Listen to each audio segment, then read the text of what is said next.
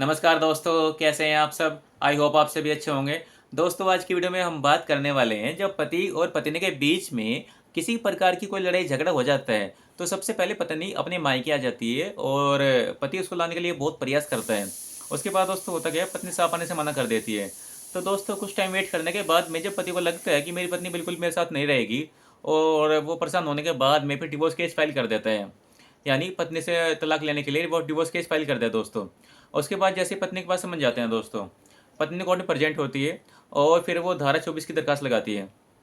यानी सेक्शन 24 की application court में लगाती है कि मेरे पास वकील करने के लिए पैसे नहीं है और ना ही मेरे पास में कोई किराया है आने जाने के लिए कोर्ट में।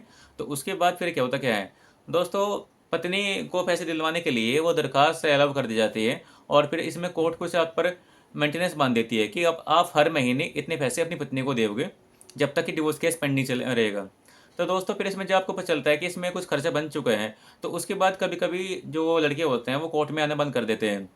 तो दोस्तों जैसे ही कोर्ट में आना बंद करते हैं हमें, कोर्ट उनका 3-4 तारीखों तक वेट करती है। अगर आप उनको लगता है कि बिल्कुल अब नहीं आने वाला है, तो जो आपकी पत्रावली है, जो पिटिशन है दोस्तों, वो खारिज कर दी जाती है।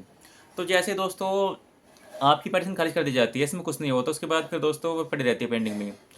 तो सपोज कीजिए पत्नी के पास समन गए, पत्नी ने कोर्ट में आई और आने के बाद 2 बार फिर उसने आना बंद कर दिया दोस्तों।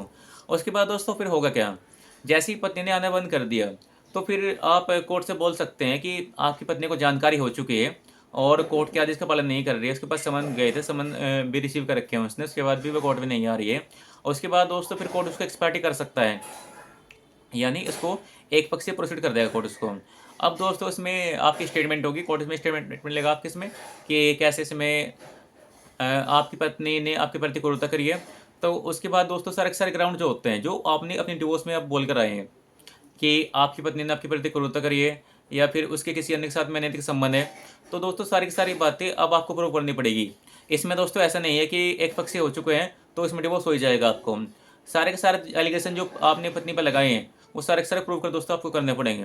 उसके बाद दोस्तों यदि आप अपनी पत्नी के प्रति ये सारे एलिगेशन प्रूव कर देते हैं, तो दोस्तों इसमें फिर आपका डिवोर्स एक पक्षीय हो जाएगा, यानी एक पक्षीय रूप से इसमें डिवोर्स हो सकता है दोस्तों। अगर आप ने जो एप्लीकेशन जो लगाए थे वो प्रूव नहीं कर पाए दोस्तों, तो फिर आपकी जो पिटिशन थी वो खारिज हो जाएगी दोस्तों। तो ध्यान दोस्तों ये रखना है आपको कि सारे के सारे जो एलिगेशन है वो आपको प्रूव करने हैं। इसके लिए दोस्तों आप अपने पास जो प्रूफ है वो लगा सकते हैं। आपके पास कोई स्टेटमेंट हो या कोई वीडियो हो, कोई अन्य एविडेंस हो या कोई विटनेस हो, वो लगा सकते हैं दोस्तों आप कोर्ट में। तो उसके बाद दोस्तों आपको फिर ग्राउंड के आधार पर डिवोर्स हो जाएगा दोस्तों। तो दोस्तों आज की वीडियो में बस इतना ही। अगर आपको मेरी ये वीडियो अच्छी लगी तो कृपया मेरे चैनल को सब्सक्राइब कीजिए, वीडियो को लाइक कीजिए। धन्यवाद दोस्तों।